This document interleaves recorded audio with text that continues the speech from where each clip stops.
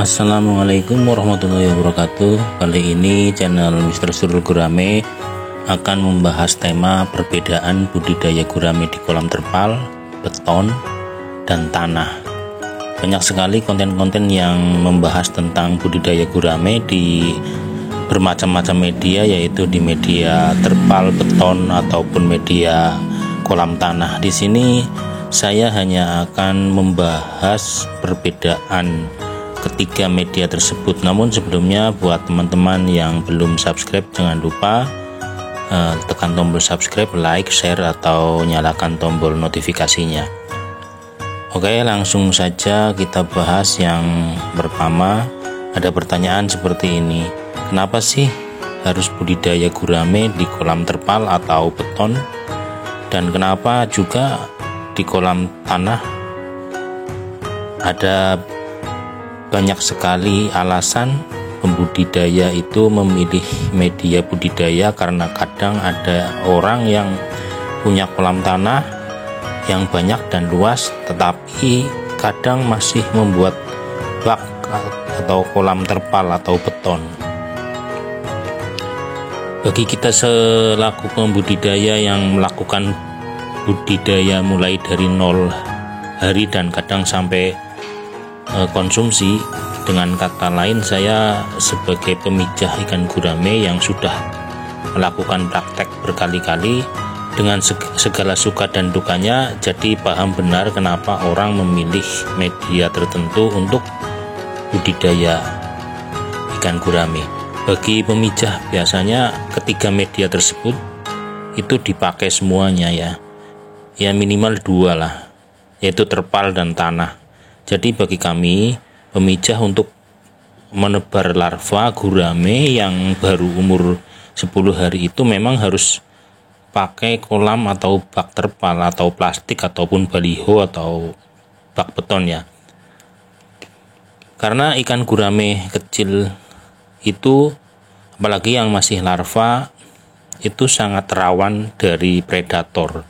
Makanya kalau tebar larva kita nggak mau melakukan tebar larva di kolam tanah, karena di kolam tanah itu banyak sekali predator atau pemangsanya, mulai dari ular kadut, bulus, dan hampir semua jenis ikan yang tubuhnya lebih besar dari larva itu bisa makan larva tersebut. Makanya kita tebarnya di terpal atau beton dan sejenisnya, ya.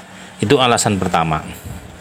Alasan kedua, di kolam terpal itu lebih mudah dikontrol, terutama untuk ikan kecil. Bisa Anda bayangkan, ya, kalau tebar larva di kolam tanah, kontrolnya itu bagaimana. Dan saya punya pengalaman tebar ikan ukuran biji oyong, ya kira-kira itu umur 1 bulan, ya, di kolam tanah yang saya anggap steril lah dari predator, karena kolamnya baru buat, ya, di musim kemarau, di sawah, ya, pinggir sawah, pinggir daratan, ya. Saya pagar, ya, dan pagarnya itu pakai waring muter, ya. Jadi saya pikir udah aman, ya, dari predator. Nah, dari oyongan yang berjumlah 4.000 ekor itu, dalam waktu 2 bulan itu saya hitung lagi tinggal 600 ekor saja, ya. Dan ternyata di situ tuh banyak belut dan kepitingnya. Padahal pada waktu saya buat kolam itu dalam keadaan kemarau panjang, sawah itu kering kerontang, tapi ternyata banyak belutnya. Itu datangnya dari mana kita nggak tahu. Nah, itu alasan tadi. Alasan kedua yaitu mudah dikontrol. Alasan ketiga yaitu suhu air di terpal itu lebih stabil. Jika naik atau turun itu tidak langsung drastis, ya. Beda dengan di kolam tanah. Kalau lagi musim penghujan, air di kolam tanah itu bisa jadi sangat dingin. Jadi kalau ikan gurame kecil itu tidak kuat kalau terlalu dingin seperti itu. Alasan keempat, kolam tanah itu terutama lumpurnya itu banyak sekali mengandung berbagai jenis bakteri, virus, dan jamur, ya. Sedangkan di kolam terpal jika airnya baru diisi itu tidak berlumpur ya, kecuali yang sudah lama, dan jika sudah berlumpur itu banyak endapan kotorannya itu mudah dikuras atau dibersihkan dan dengan cara diganti airnya ya yang baru lagi. Sedangkan kalau di kolam tanah tidak bisa seperti itu. Jadi dari alasan tadi jika ikan kecil kalau ditaruh di kolam tanah itu mudah terkena bibit penyakit ya. Jika di terpal itu lebih sedikit resikonya. Dan juga jika terkena jamur atau parasit di kolam terpal itu lebih mudah penanganannya. Misal dikuras atau dikasih obat-obatan ya, seperti garam atau misalkan permanganat kalium atau PK atau obat-obat lainnya ya. Dan untuk kolam terpal dan beton itu penanganannya itu hampir sama ya. Perbedaannya hanya kalau beton itu gampang dikuras dan dibersihkan dan tentunya lebih awet medianya dibanding dengan terpal. Itu saja perbedaannya, tapi pada intinya sama saja ya. Dan alasan yang kelima yaitu kalau budidaya di kolam terpal atau beton itu lebih mudah cara memanennya jika dibandingkan dengan kolam tanah. Untuk selanjutnya, kenapa kita budidaya ikan gurame di kolam tanah? Bagi para pemijah biasanya dua-duanya punya kolam ya, terpal ataupun tanah ya. Jadi alasannya kolam tanah itu untuk biasanya untuk indukan gurame. Apa di kolam terpal itu tidak bisa untuk indukan? Oh, sangat bisa ya, bisa sekali. Di terpal juga bisa untuk indukan. Tapi kadang indukan itu juga ada yang suka merusak terpal ya, atau medianya ya, atau plastiknya ya.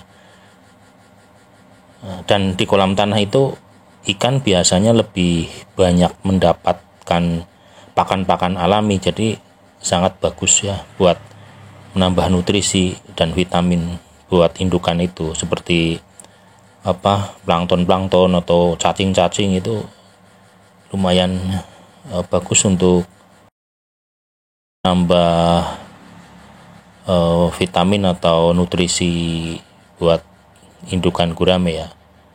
Supaya telur gurame juga kalau semakin banyak makanan yang bergizi itu telurnya biasanya semakin banyak. Dan kolam tanah juga biasa kami gunakan untuk pembesaran ya, mulai dari minimal ukuran korek ya, korek kayu. Karena kalau di kolam tanah itu lebih banyak planktonnya ya, lebih banyak plankton, cacing atau pakan alami lainnya ya. Dan alasan berikutnya, di kolam tanah itu kotoran ikan itu lebih mudah terurai karena bakteri yang alami dari dasar tanah itu akan mudah berkembang biak, sehingga amoniak yang ada dihasilkan oleh kotoran ikan itu aman ya, cepat terserap oleh tanah atau menguap ke udara karena kotoran lebih cepat terurai. Dan kalau budidaya ikan gurame di kolam tanah itu kita nggak perlu menguras airnya. Beda dengan di kolam terpal atau beton, itu kita harus menguras secara berkala, minimal dibuang separuh dan diisi lagi.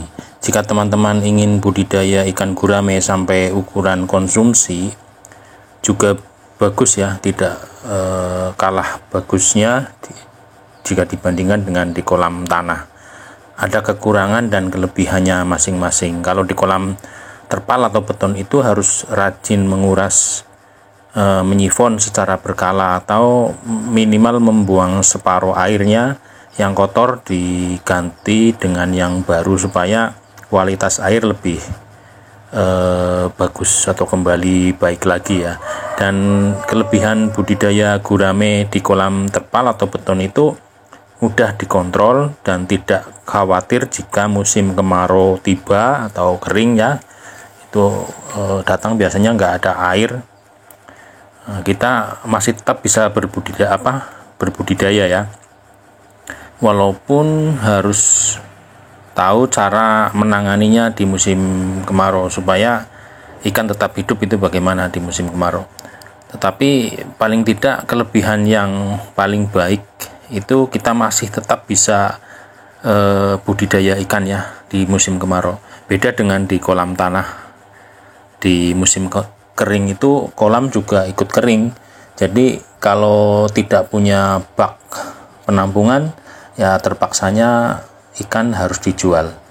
Dan kelebihan budidaya di kolam tanah jika tekniknya benar akan lebih cepat pertumbuhannya, karena kualitas air biasanya tidak cepat rusak ya seperti di terpal atau beton, karena kotoran ikan itu akan cepat terurai oleh bakteri pengurai yang tentunya lebih cepat berkembang biak di dasar kolam, sehingga amoniak akan terserap tanah atau lebih cepat menguap ke udara. Dan di kolam tanah juga biasanya lebih banyak pakan alami seperti plankton, cacing, atau serangga yang masuk ke dalam kolam. Nah, dari saya itu saja. Mudah-mudahan bisa bermanfaat buat teman-teman semuanya. Wassalamualaikum warahmatullahi wabarakatuh.